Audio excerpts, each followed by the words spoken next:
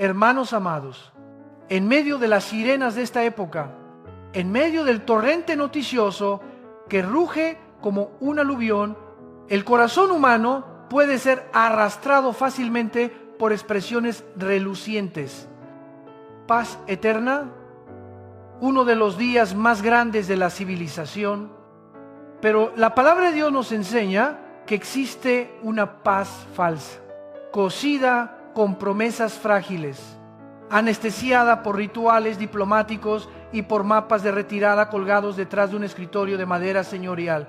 Y precisamente esa paz falsa es el cuchillo afilado que corta los tendones de la vigilancia espiritual. No hemos venido a leer noticias, hemos venido a leer señales. No venimos solo a analizar política, venimos a permitir que la Escritura ilumine la historia. Hermanos, se habla de un plan de paz como nunca antes, un itinerario de 20 puntos, un plazo de 72 horas, una advertencia de que si se rechaza, el infierno se desatará, con respaldo ilimitado. El mundo contuvo el aliento.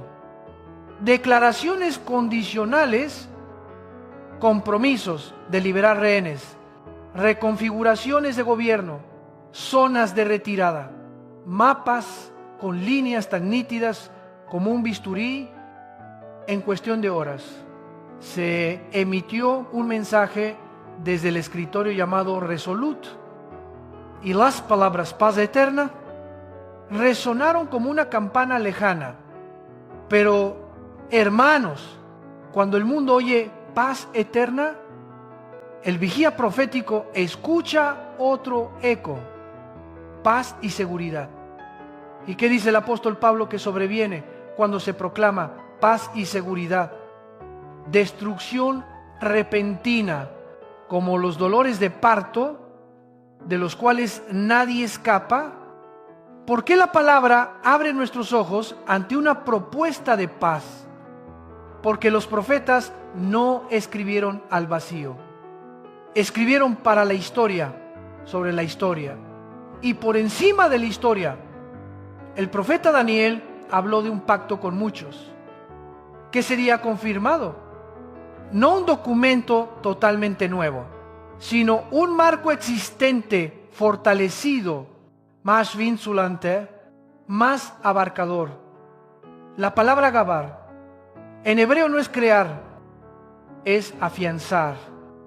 Y pacto, berit, no es un arreglo temporal, sino un vínculo relacional, un armazón de destino entre las partes.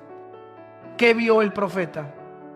No un diálogo bilateral frágil, sino una red de muchas naciones y entidades, muchos trenzados en un compromiso regional.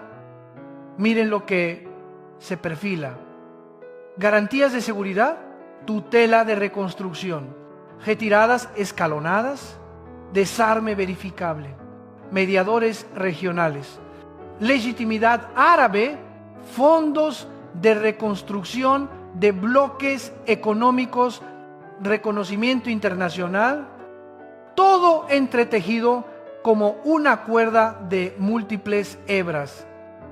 Esto es muchos en el sentido exacto, pero la Escritura no describe solo la anchura, también habla de la longitud. Una semana en el calendario profético, 7 años, un marco temporal que no es símbolo vacío, sino que se alinea con el volumen de obra necesario. Reconstruir infraestructuras, establecer aparatos de gobierno, crear zonas económicas y relaciones comerciales, normalizar la región, disponer la seguridad para impedir rebrotes. Cualquiera en desarrollo internacional sabe que la reconstrucción posconflicto integral no se resuelve en 1 o 2 años. Suele llevar de 5 a 10. ¿Será que los 7 años son mera aritmética sagrada? ¿O será que el pulso de la historia está tejiéndose en el telar profético, entonces el pulso teológico se acelera cuando tocamos el nexo del templo. El profeta dice que a la mitad de la semana cesarán el sacrificio y la ofrenda para detenerse. Primero deben existir. Eso supone un mecanismo sacrificial en funcionamiento, un espacio de culto restaurado. Durante décadas, ciertas instituciones han preparado utensilios, vestiduras, incluso formación ritual, pero lo que ha faltado es el permiso político. ¿Podría un marco de paz multilateral con supervisión internacional abrir una gestión compartida en el monte del templo, donde se mantenga la adoración islámica y a la vez se permita al judaísmo restablecer el culto sacrificial con algunas señales geopolíticas en la región? Lo que fue imposible podría deslizarse hacia lo posible. No hablamos de pitonisa, hablamos de que el viento ha cambiado y la vela de la historia está cazando ese viento. Hermanos amados, se ha observado detrás del escritorio un mapa de retirada detallado, zonas, fases, áreas funcionales. Algunos dicen que, aún con resolución limitada, perciben un ordenamiento del área del monte del templo.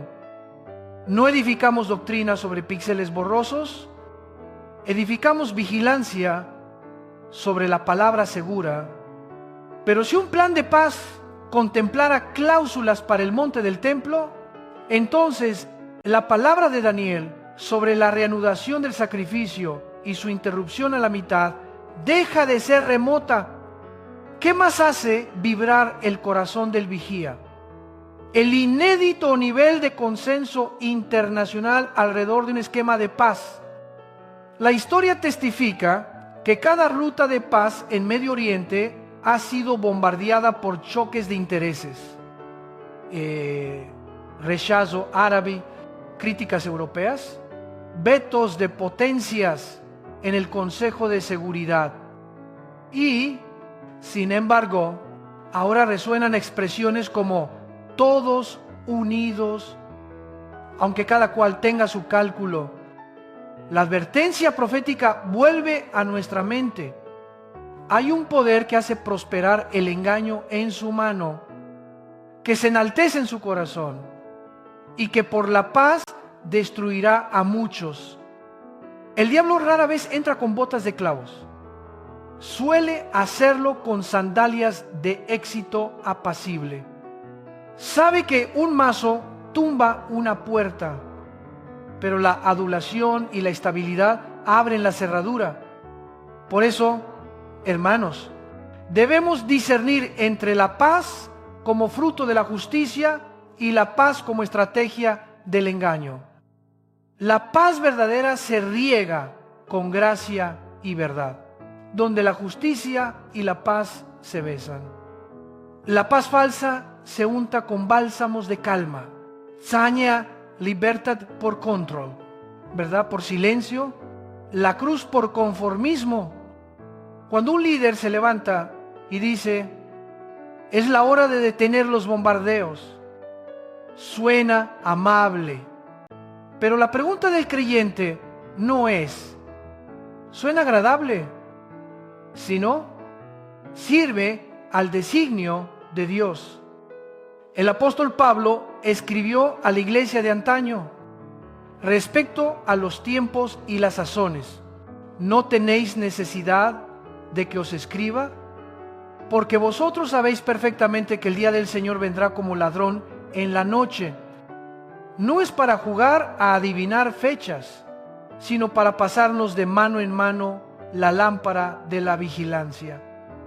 Cuando digan paz y seguridad, vendrá sobre ellos destrucción repentina como dolores de parto.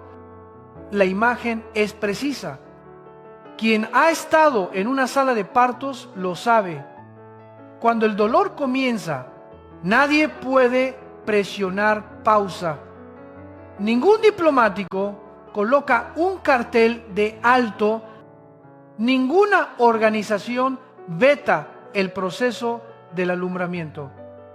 Que el dolor aumente no es el signo de una tragedia sin sentido, es el indicador de que el nacimiento se acerca. Por eso, no tememos al dolor, tememos al sopor. No pedimos que el dolor cese.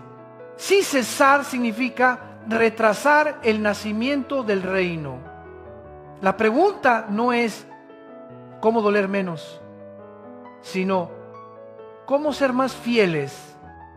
Cuando el mundo ansía un titular agradable, la iglesia ansía santidad.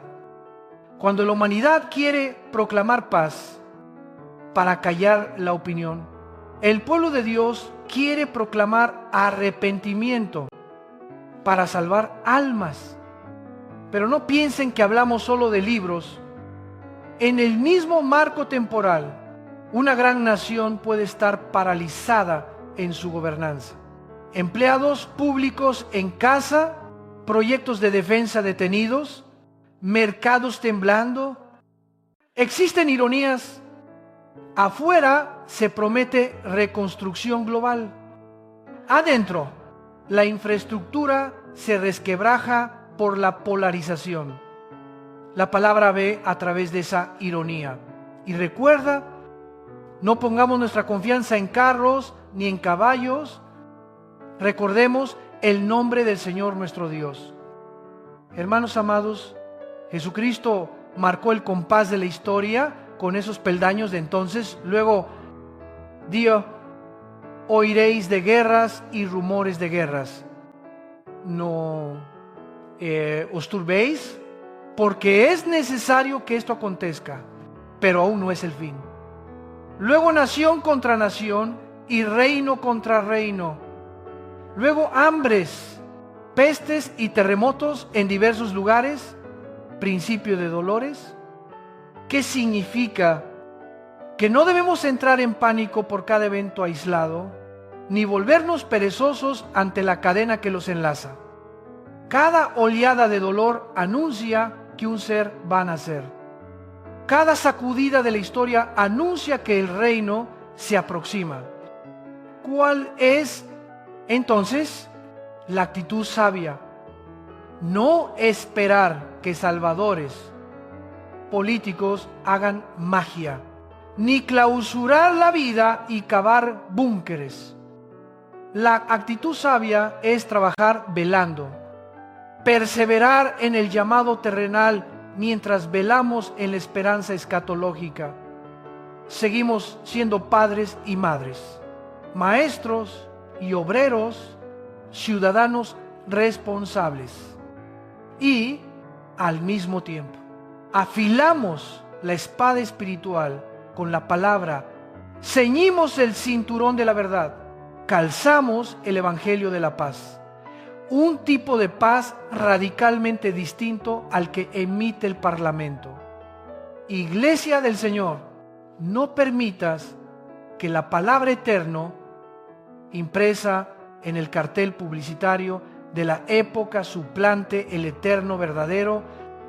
La paz eterna del mundo es un paradero donde se trueca libertad por vigilancia, justicia por conveniencia, moral por seguridad. La paz de Cristo no llega maquillando la violencia. Nace cuando el pecado es perdonado, la conciencia renovada y el hombre se yergue en la verdad. De un lado, un mapa de retirada. Del otro, un mapa de conversión. De un lado, una mesa de negociación. Del otro, un altar de arrepentimiento. Preguntémonos, ¿estamos celebrando hitos diplomáticos sin mirar sus implicaciones proféticas? Tenemos tanta hambre de buenas noticias que dejamos hambrienta el alma de advertencias bíblicas. Amamos la estabilidad hasta olvidar la cruz. Pablo no escribió para asustarnos, escribió para que hijos de la luz no seamos sorprendidos como por ladrón. Para no ser sorprendidos, hay que velar. Para velar, hay que despertar del embriago. Embriagos de éxito, de poder, de promesas halagüeñas. Y permítanme decirlo con misericordia. El diablo no necesita convertir el mundo entero en un campo de batalla si puede convertir la iglesia en una siesta. No necesita clausurar templos si logra apagar el fuego de la oración. No necesita prohibir la Biblia si logra que el pueblo de Dios olvide abrirla. Por tanto, la línea del frente no está solo en Gaza ni en la ONU. Está en la habitación donde elegimos abrir la palabra o abrir la pantalla. Doblar rodillas o soltarnos, adorar o distraernos.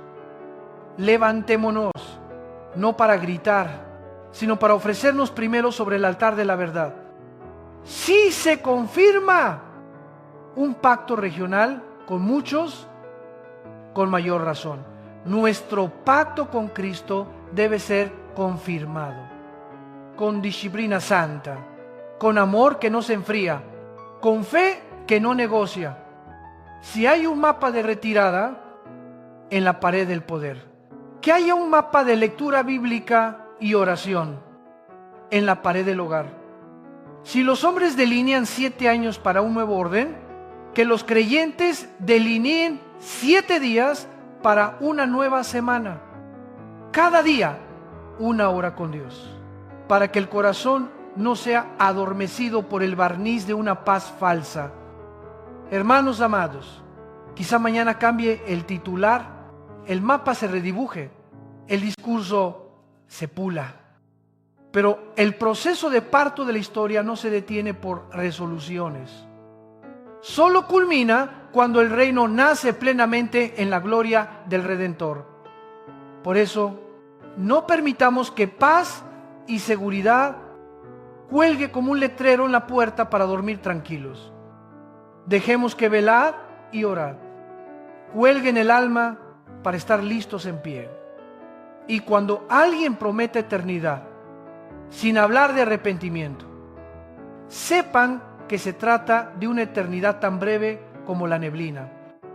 Para cerrar esta parte, ruego que cada uno se examine ante Dios. ¿Qué paz estoy buscando? Estoy dispuesto a pagar el precio de la paz de Cristo, ¿verdad?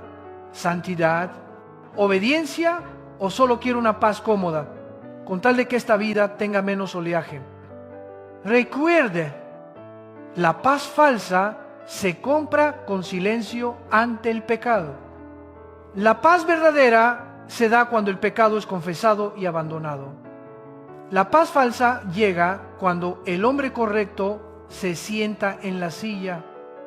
La paz verdadera llega cuando el Hijo del Hombre se sienta en el trono. Hermanos, sigamos avanzando en la próxima parte para ver cómo el enemigo de las almas usa cosas aparentemente buenas. Ayuda, tecnología. Gobernanza como armazón del engaño. Pero ahora mismo, que el Espíritu Santo reavive en nosotros el fuego de la vigilia. Mirar los eventos con los ojos de la palabra. Escuchar promesas con oídos de discernimiento. Y caminar en la paz de aquel que dijo: mi paz os dejo, mi paz os doy. No como el mundo la da.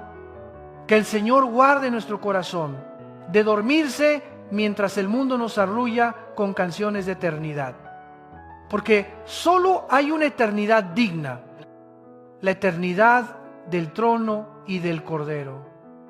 Amados hermanos, el poder engañador de los últimos tiempos no entra con el rugido de los carros de guerra.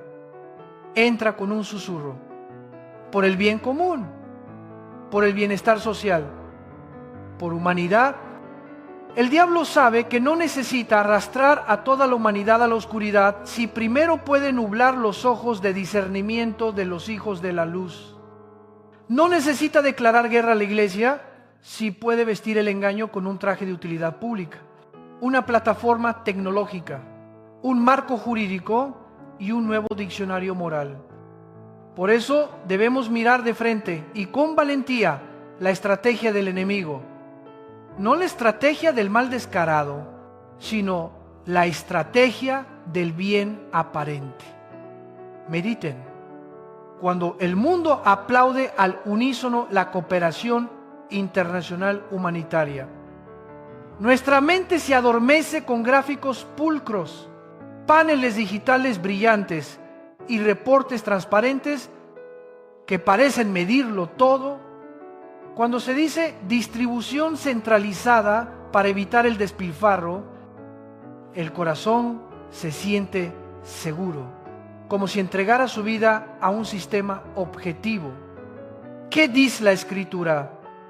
El apóstol Pablo advirtió que inmediatamente después de que el mundo proclame paz y seguridad, vendrá sobre ellos destrucción repentina, como dolores de parto, y no escaparán.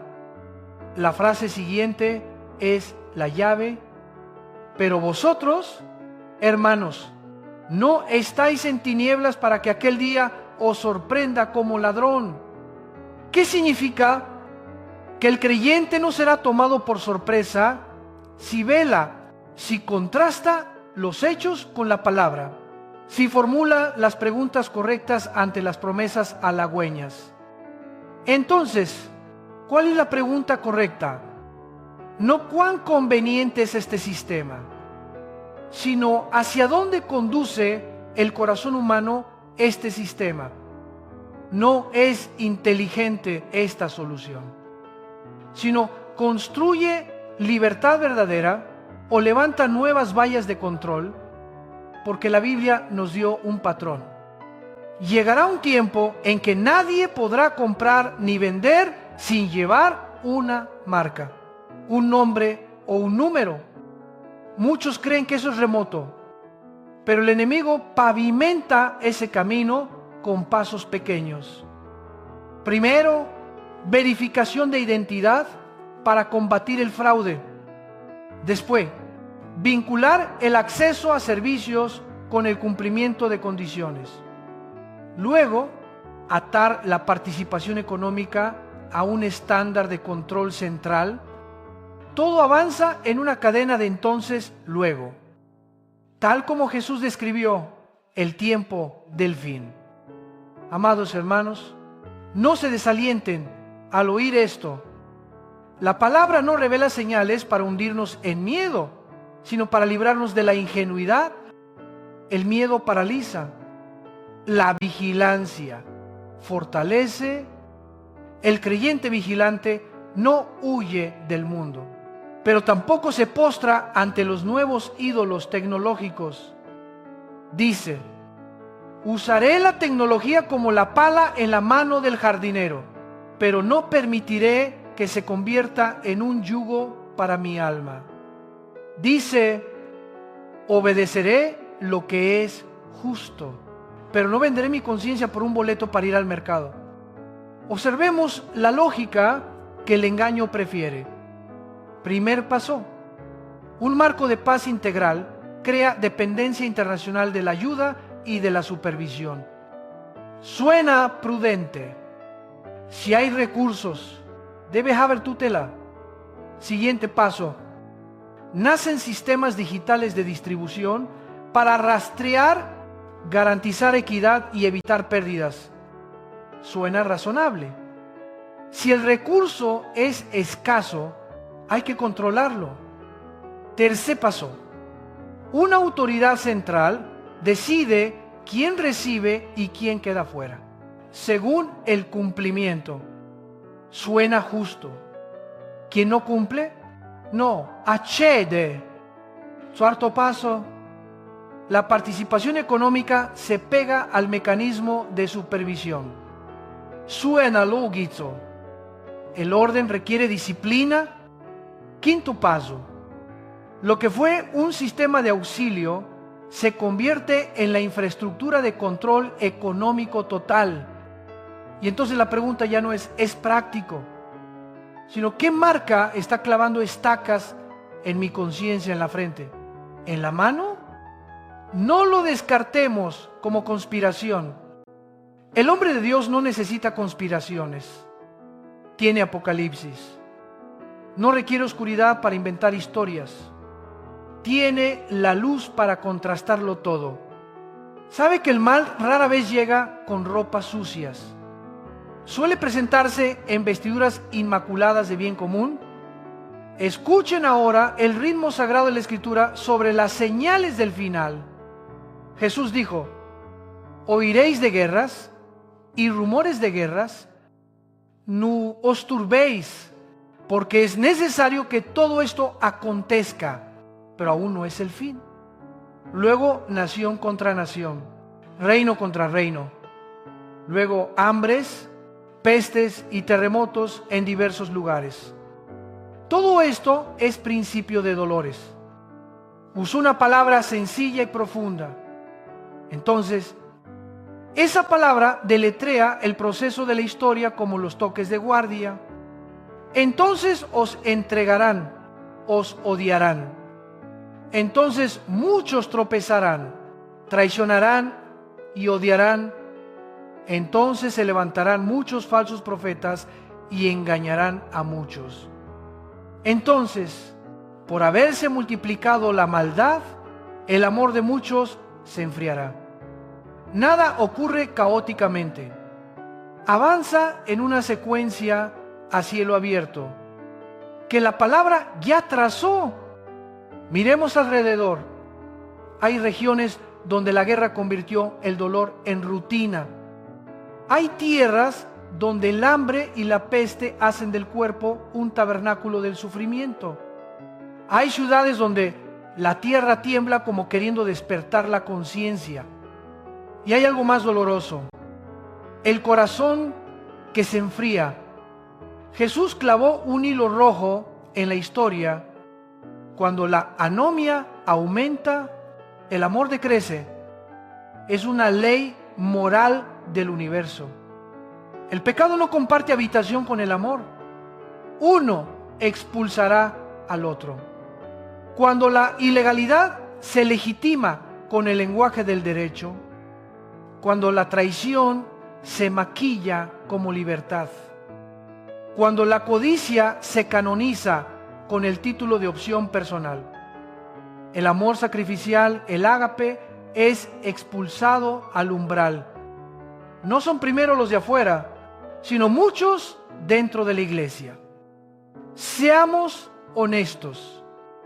¿Cuántas predicaciones hemos oído prometiendo bendición, promoción, éxito, pero eludiendo la palabra arrepentimiento? ¿Cuántas voces garantizan todo va a estar bien, sin señalar la herida y decir lávala con sal? En tiempos de Jeremías había un profeta verdadero y muchos falsos. Los falsos decían lo que el pueblo quería oír: paz, bienestar, prosperidad, sin revisar el camino. Pero el juicio ya estaba a la puerta. Hoy ocurre lo mismo. Abundan voz que prometen, consuelan y adormecen. ¿Dónde está la voz que llama a volver? A reparar el dique moral que se desmorona. No nos malinterpreten. El Evangelio no es una marcha fúnebre. Es canto de esperanza, pero una esperanza que no nace de enterrar la verdad, sino de enfrentarla para ser libres. Si un predicador habla solo de un futuro brillante y nunca toca el pecado que debe abandonarse, cuidado, vaya la ley de Moisés. El que hablaba en nombre de Dios, mintiendo, recibía pena severa. Si ese estándar rigiera hoy, quedarían muy pocos profetas. La marca del profeta verdadero es siempre el llamado al arrepentimiento. Así lo exige la palabra. Sin embargo, Jesús no solo nos dijo lo que vendría, puso en manos de su pueblo una promesa como remo en la tormenta. Mas el que persevere hasta el fin, éste será salvo. No es invitación a la pasividad. Es una brújula para navegar En el griego, el matiz es bellísimo. El que haya perseverado hasta el fin, ese será salvo. Es decir, la salvación no es solo un arranque glorioso, es una carrera que se honra al cruzar la meta en fidelidad. Somos salvos por gracia mediante la fe. Y esa fe salvadora se manifiesta en perseverancia. La perseverancia no brota del azar, crece en el fuego de las pruebas. Y la palabra nos da otra ecuación por medio de Santiago. Cuando caigáis en diversas pruebas, tened por sumo gozo, sabiendo que la prueba de vuestra fe produce paciencia. Mas tenga la paciencia su obra completa, para que seáis perfectos y cabales, sin que os falte cosa alguna. Podríamos quejarnos. ¿Por qué Dios permite estas pruebas? Porque las pruebas entrenan la resistencia, y la resistencia nos madura. No busquemos una vida cristiana sin tormentas. Busquemos una fe tan honda que cruce la tormenta sin perder la brújula. Amados, surge una pregunta práctica. ¿Cómo no ser engañados en un mundo donde lo aparentemente bueno se multiplica? El consejo pastoral es simple y agudo. Probadlo todo. Probad por la palabra, por el Espíritu y por su fruto a largo plazo. Una iniciativa que parece buena acerca mi corazón a Dios. Honra la verdad o la diluye. Respeta la dignidad humana como imagen de Dios o reduce a la persona a un dato en un modelo de gestión. Despierta caridad gratuita o es instrumento de una maquinaria de poder que decide quién merece vivir en comunidad. Si un sistema exige sacrificar la libertad de conciencia a cambio de comodidad, el creyente debe decir un no, suave pero firme. Probemos también nuestro propio corazón.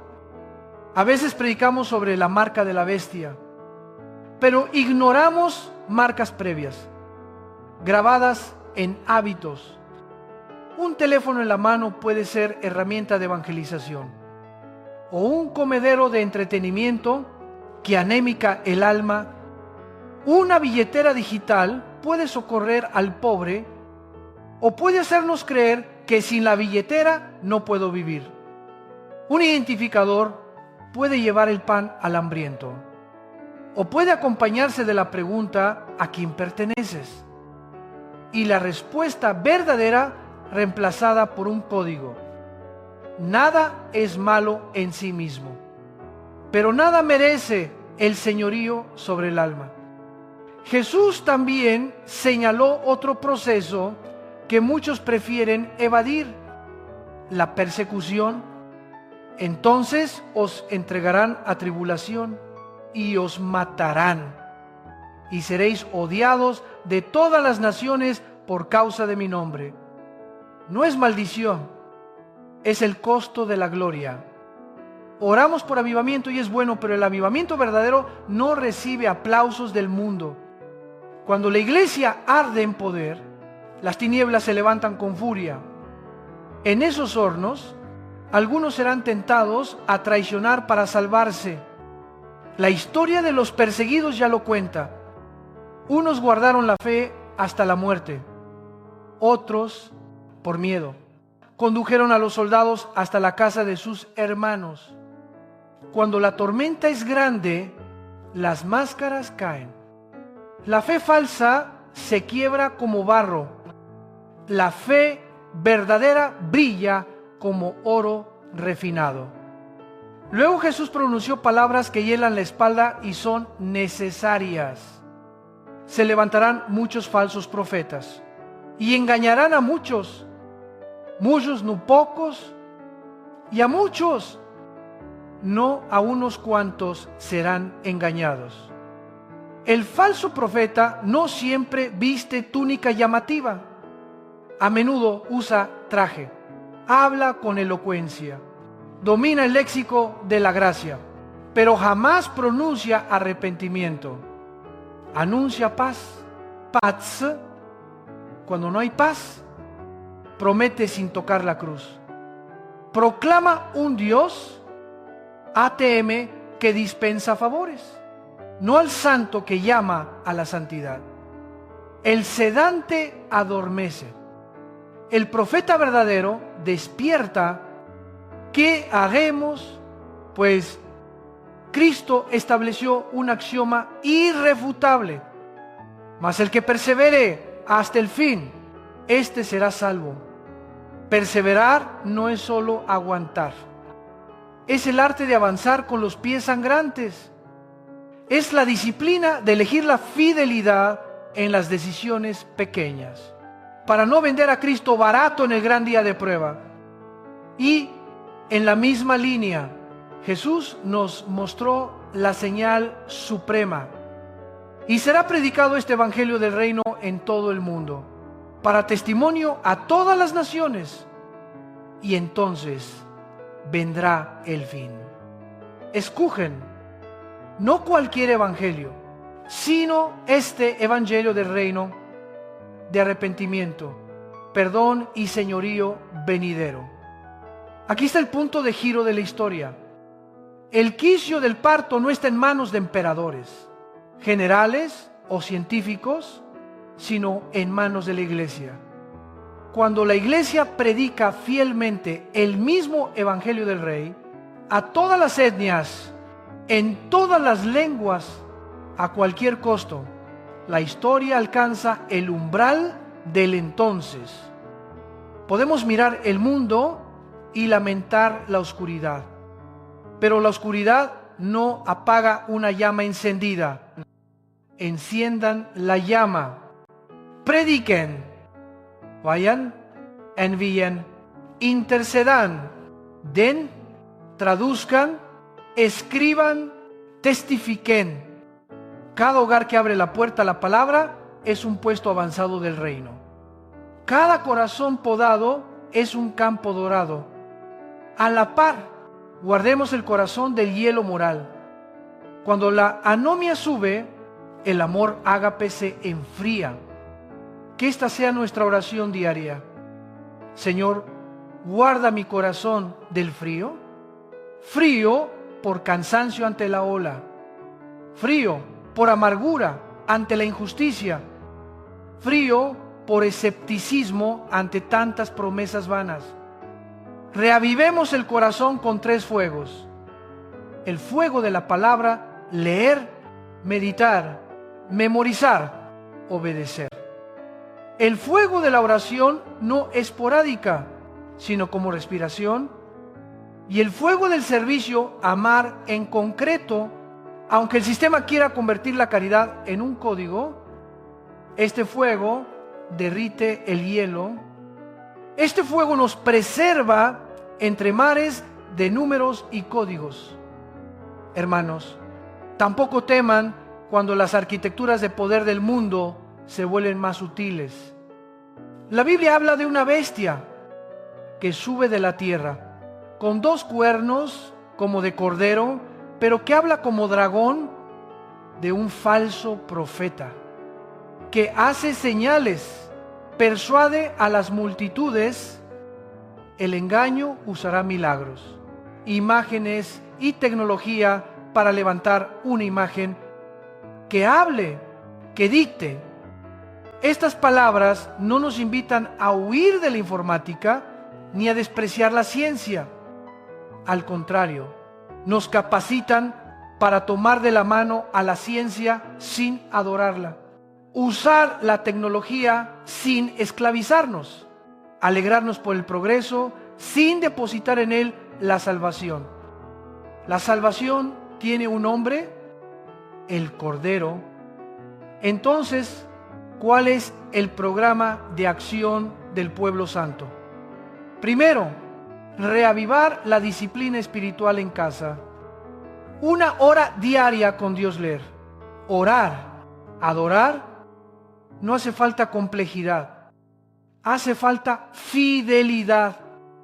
Luego, reconstruir el vallado comunitario grupos pequeños, partir el pan, sostenernos, examinar los dones y profecías, por la escritura y por la sabiduría del cuerpo.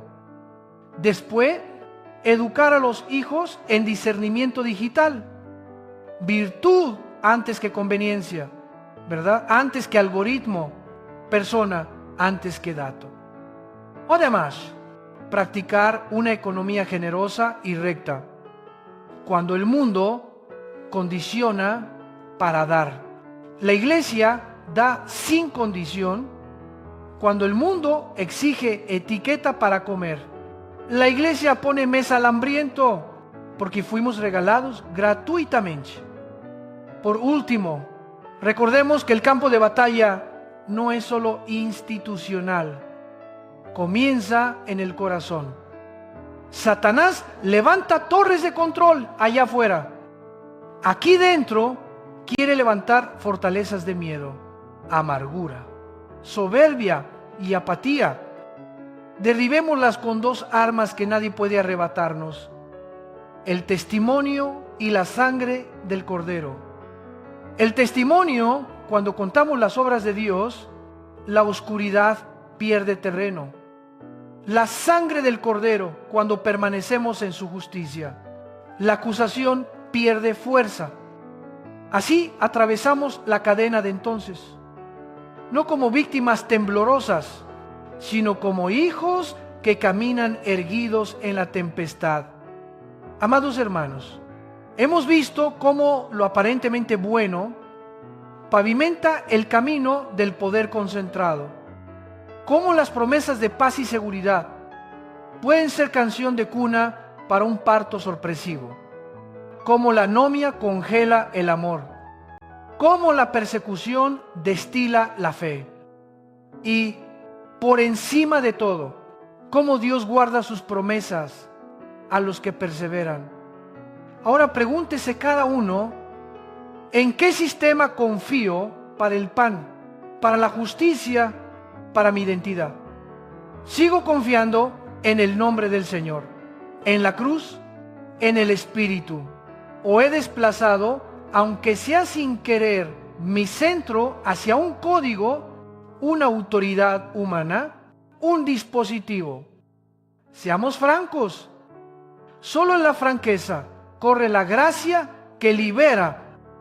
Levantémonos con mansedumbre y firmeza. Cuando el mundo teje redes que abarcan la vida para gestionar riesgos, la iglesia teje redes de amor para abrazar personas. Cuando el mundo impone condiciones para participar, la iglesia llama al arrepentimiento para participar del reino. Cuando el mundo exige identificación para distribuir, la iglesia entrega identidad en Cristo a quienes creen. Así estamos, a la vez, alerta ante el engaño y encendidos en misión. Que el fuego de la vigilia arda sin cesar. El fuego de la palabra, el fuego de la oración, el fuego de la misión. Que nuestros oídos espirituales oigan cada entonces que suena en el curso de la historia, para no estar atónitos cuando aumente la contracción.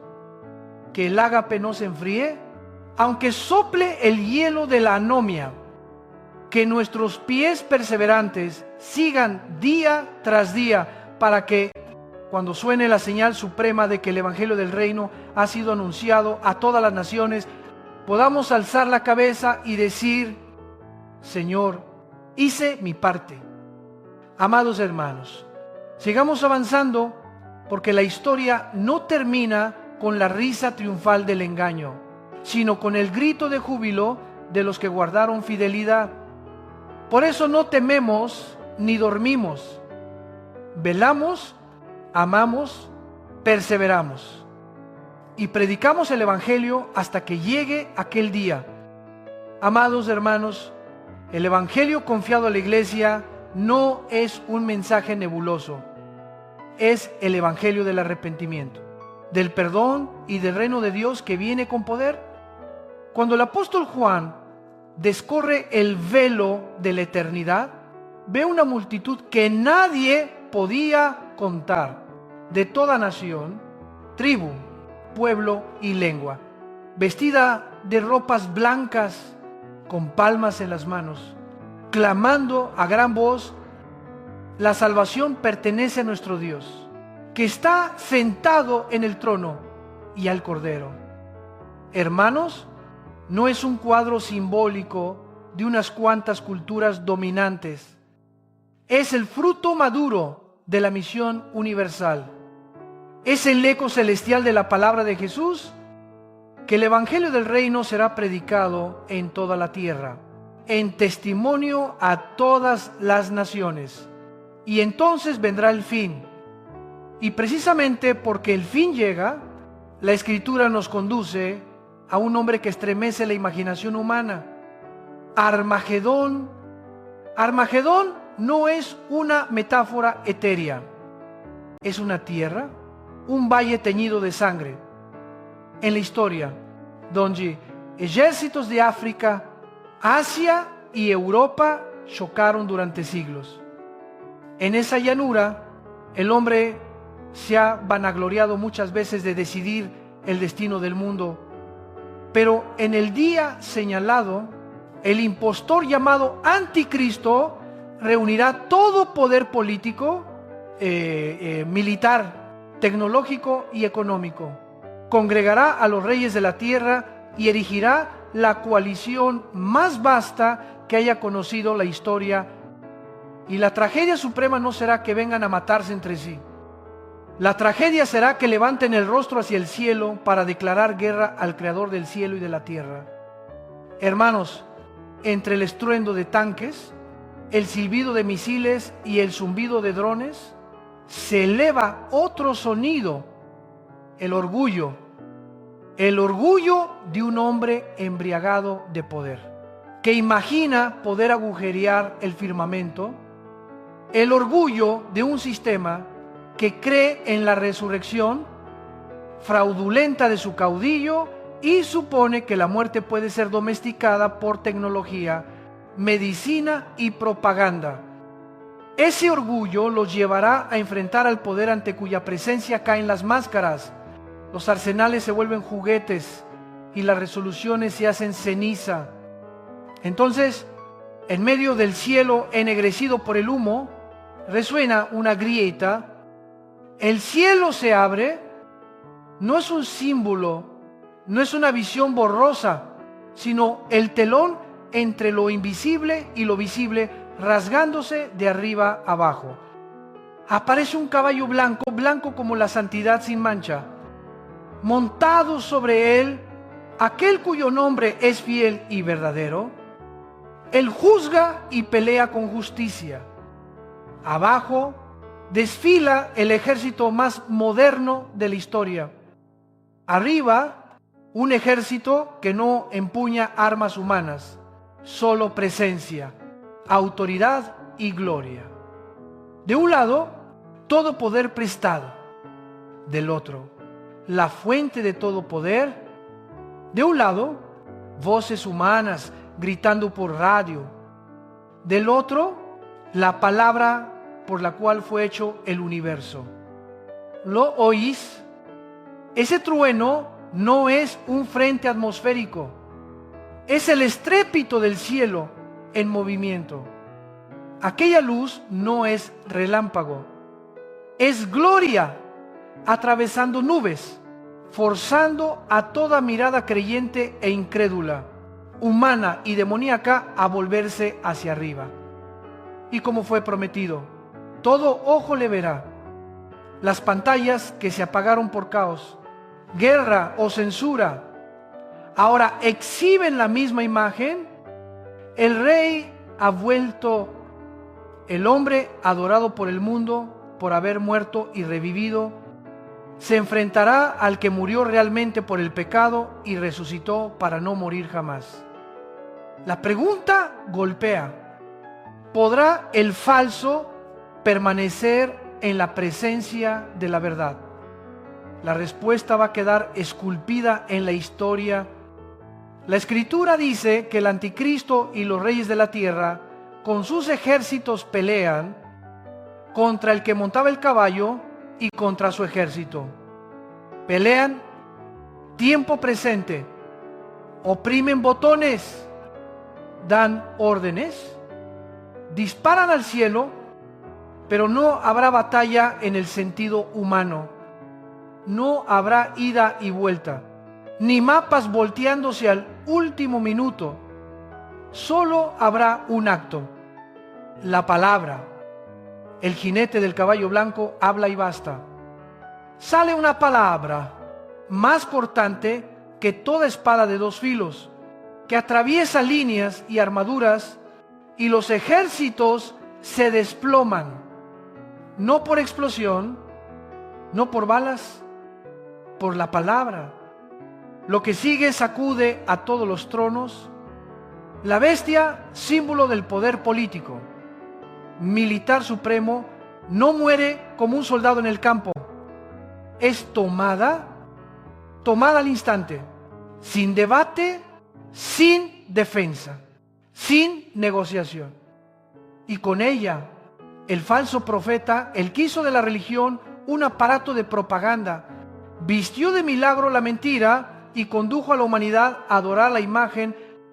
No pasan por tribunal humano, son arrojados vivos al lago de fuego que arde con azufre. Vivos, no muertos, y luego juzgados.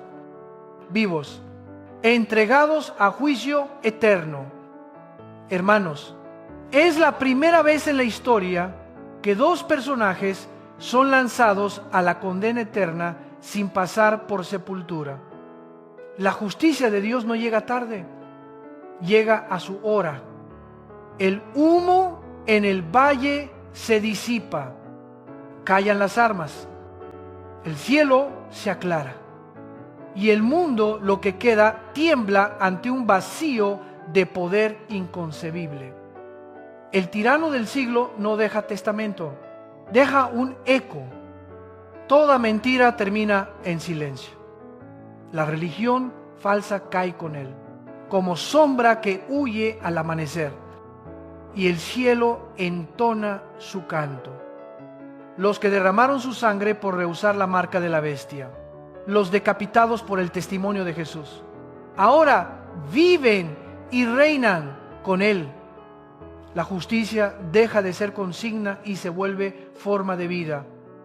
Pero la historia no termina ahí. Hay un misterio que sorprende.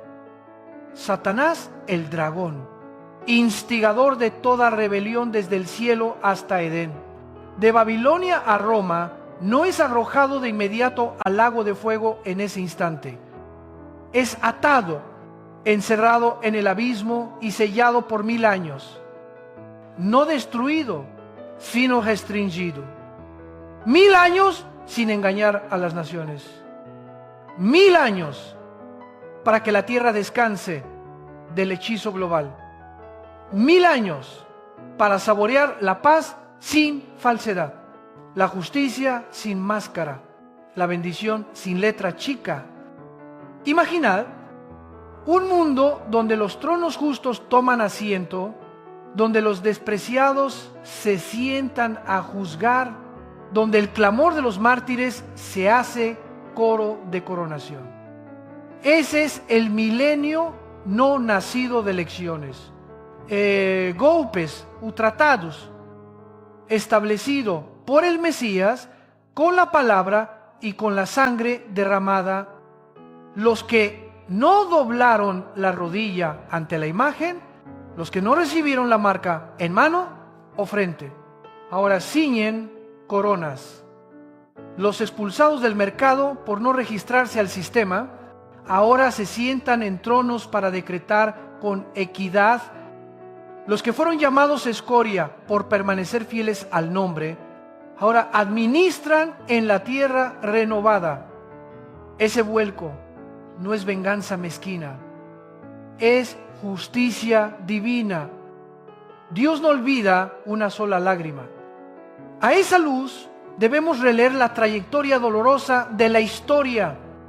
Cada contracción, guerras, plagas, hambre, terremotos, persecución, traición, falsos profetas, amor que se enfría, no es azar. Son dolores de parto que empujan al mundo hacia el alumbramiento. Y como en todo parto, hay un partero, no filósofos, no tecnócratas, sino aquel que derramó su sangre para engendrarnos en el reino. Cuando Él se sienta en el trono, no hará falta discutir qué ley es justa. Su ley será la medida. No habrá polémica sobre el bien. El bien es una persona que reina. Sin embargo, la Biblia nos enseña un principio que estremece. Después debe ser suelto por un poco de tiempo. ¿Por qué soltarlo? Porque la justicia de Dios no solo ata al mal, desnuda lo que hay en el corazón humano. Tras 1000 años de paz, quedarán corazones por decidir. Y Satanás siempre el mismo recorrerá los 4 ángulos de la tierra, incitando, seduciendo, reuniendo todo descontento remanente. Pero la última rebelión terminará como todas. Fuego del cielo los consumirá. El dragón será finalmente arrojado al lago de fuego, donde ya están la bestia y el falso profeta. Y se cerrará el ciclo milenario de rebelión nacido del orgullo. Hermanos, alguno pregunta, ¿qué hacer entre el hoy con su caos y aquel día con su gloria? La respuesta no es huida ni fanatismo, es fidelidad. Fidelidad para predicar el verdadero evangelio, arrepentimiento y perdón. El reino cercano, el Salvador que murió, resucitó y volverá en gloria. Fidelidad para sufrir, no por amar el dolor, sino porque el dolor es la contracción del parto. Fidelidad para amar no con cariño blando, sino con ágape que resiste el hielo de la anomia. Fidelidad para velar no sospechando de todo, sino probándolo todo por la palabra. Mirad de nuevo Armagedón y aprended la lección breve y enorme. El anticristo edificó su poder con palabras promesas, mentiras, hipnosis. El jinete del caballo blanco destruye ese poder con la palabra viva y eficaz. El mundo cambia por propaganda. El reino transforma por verdad. Si pertenecemos al reino, seamos pueblo de la palabra. Léela, creerla, proclamarla, vivirla. Una iglesia pobre en palabra será rica en miedo.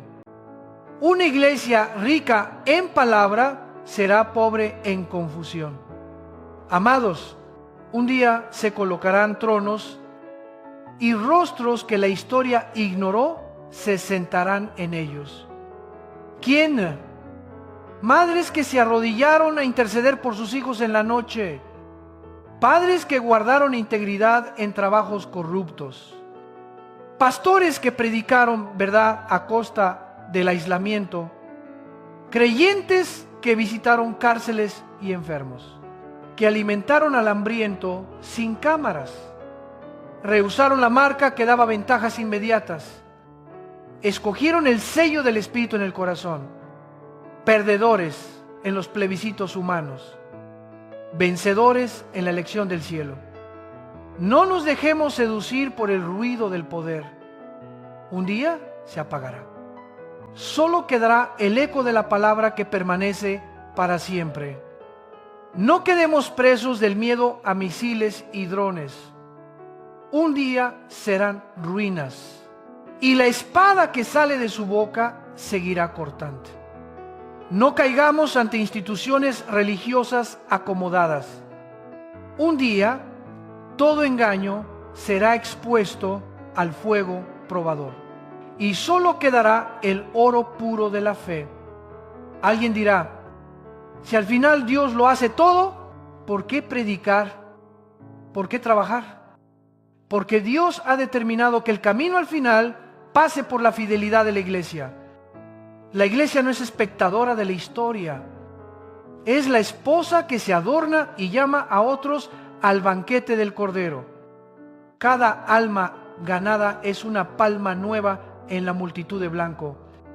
Cada lengua que canta es una nota nueva en la sinfonía eterna. Cada nación alcanzada es un paso más hacia el entonces. Y otro dirá: estoy cansado, tengo miedo, siento que el amor en mí se enfría.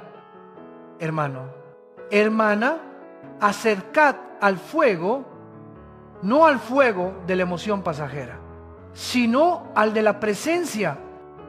Vuelve a la disciplina simple y grandiosa. Una hora diaria, palabra, oración, adoración. Vuelve a la comunidad, no camine solo en esta época fragmentada.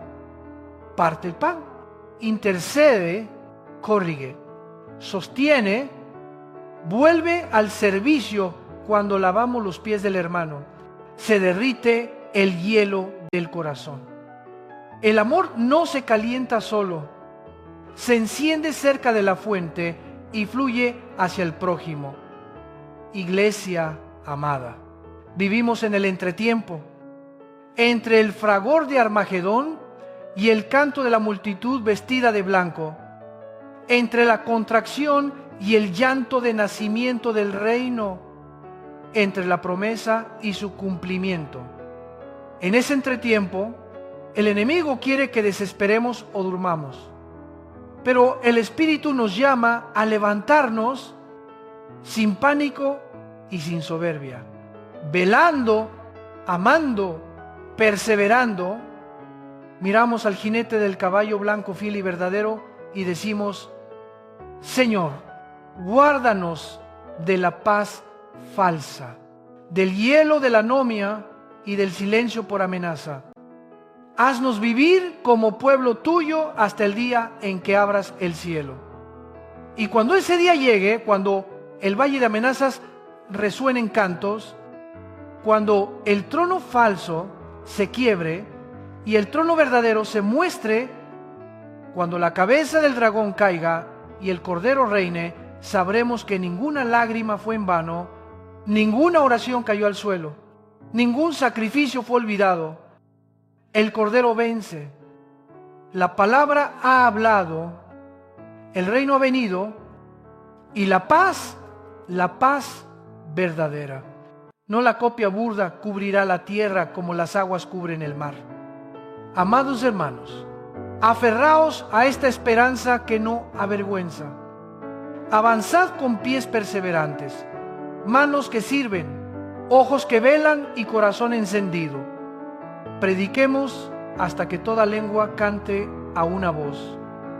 La salvación pertenece a nuestro Dios y al Cordero. Vivamos ya como ciudadanos del reino que está por